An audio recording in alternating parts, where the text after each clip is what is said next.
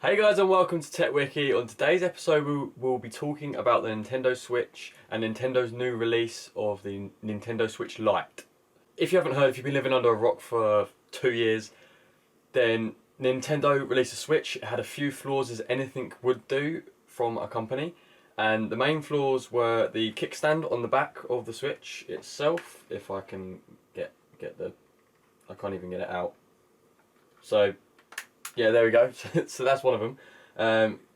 The back stand or the kickstand on the back would come out and it would come off, and then it is sometimes a bit of a job to get this back on. May have broken it. Oh well. Anyway, so yeah, that's an example. So yeah, that was one of the flaws, as well as the Joy-Cons coming on and off. Sometimes people would put them on the wrong side or put them upside down and they would get stuck, etc., and they wouldn't come off, and some people would like put it back on and bend it really hard, so then it like basically snaps. A few other things, a few minor things when you put it in the dock itself. I don't have mine upstairs, I don't know where it is.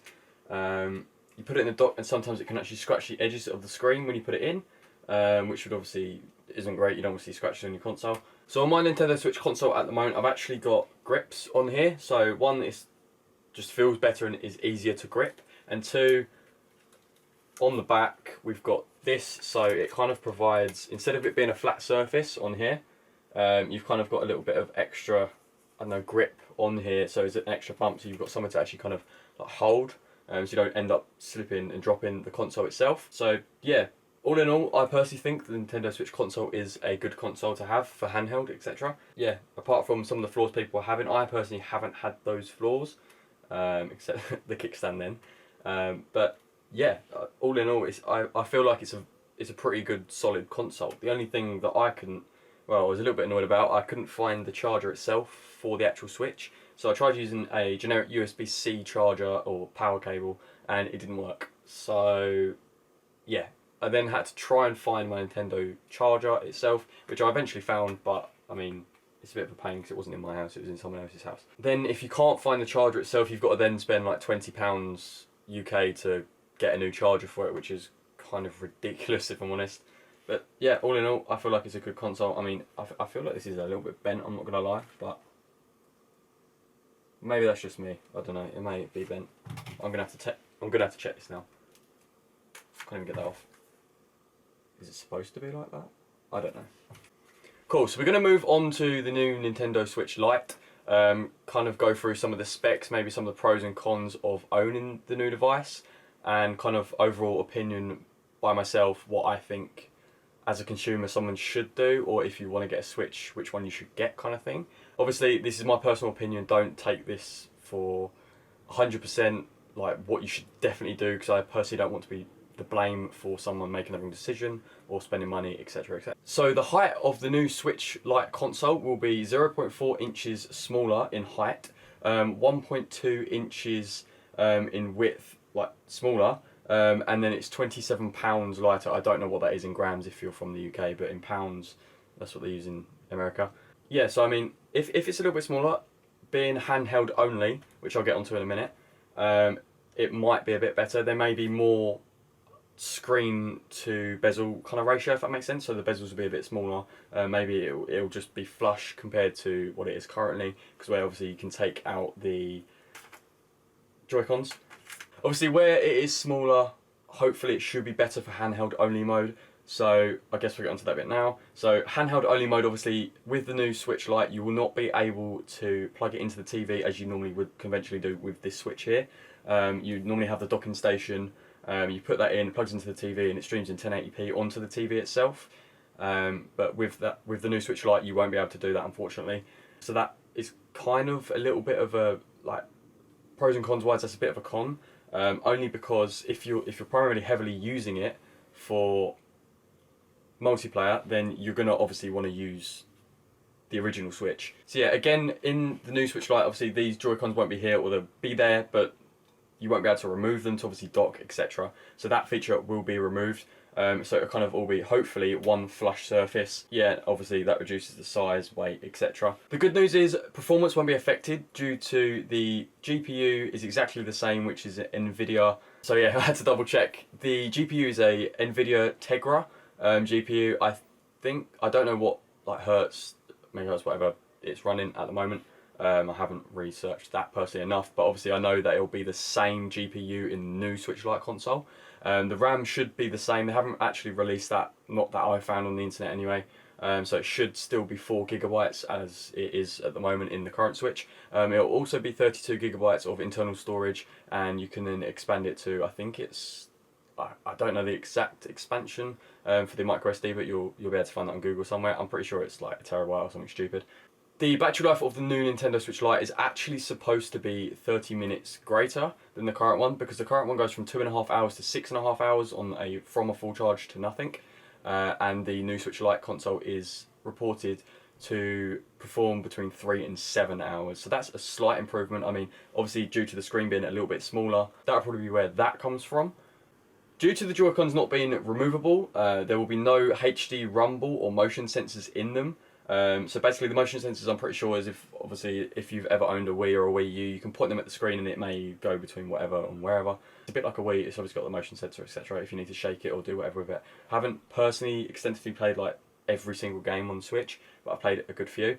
But then at the same time, not being able to remove the Joy-Cons may be a plus, because the console may feel a little bit more solid, so you're actually playing, I don't know, on one piece of hardware instead of a bit of hardware that you can take bits off and put bits on, etc. So it might feel a bit more sturdy. Plus you get like a little creaking sound, which isn't pleasant when you're playing, etc.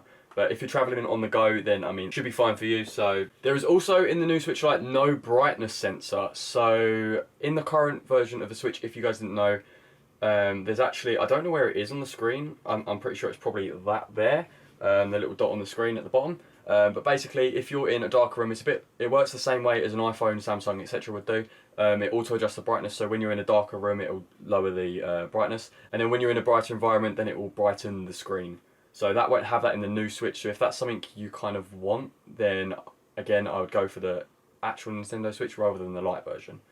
But $100 or however much that is in pounds is quite a bit to fork out just for a brightness adjustment.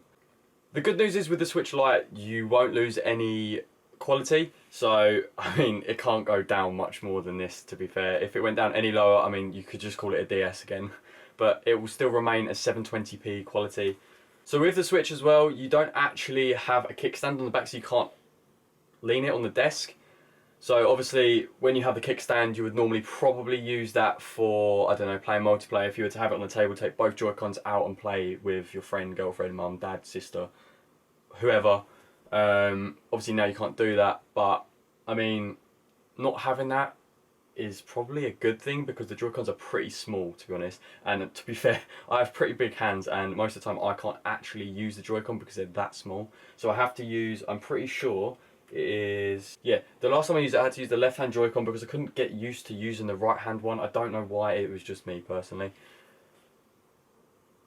But yeah, so there's no kickstand, but there is a D-pad. So on the left hand side, which is a good thing personally, because this is kind of ugly, on here is going to be a proper D-pad like you would have on a PS4 controller or an Xbox One controller. It'll actually be connected on here, which is good, because to be honest, those tiny little buttons are really fiddly, whereas with a D-pad you can kind of, like, wherever you press, you can kind of push it in the direction you want it to be, because obviously it's got 4 points of contact, and then you can just kind of push it up that way, and it kind of has the same effect.